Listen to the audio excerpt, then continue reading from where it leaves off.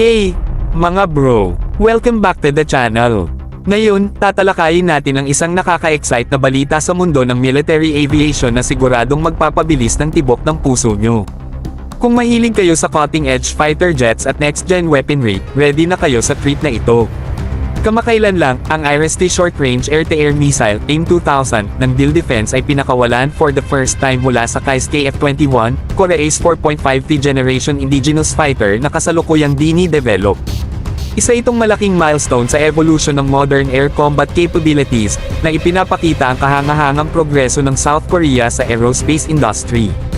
Balik tayo sa August 2022, nang i-highlight ni Colonel Maynard Mariano, spokesperson ng Philippine Air Force, PAF, na ang KF-21 Boramae, na dinevelop ng Korea Aerospace Industries, KAI, ay kinukonsiderang isang malakas na kandidato para sa Multi-Role Fighter, MRF, project ng bansa. Ang project na ito ay aim na i-modernize at i-enhance ang aerial capabilities ng PAF para maging ka-level ng Global Air Forces. Ang successful na pagpapalipad ng IRIS-T mula sa KF-21 ay nagpapakita ng potential ng fighter jet na ito para maging game changer para sa PAF.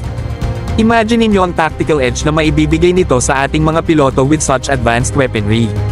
Parang binibigyan natin ang Air Force natin ng latest at greatest sa aerial combat technology.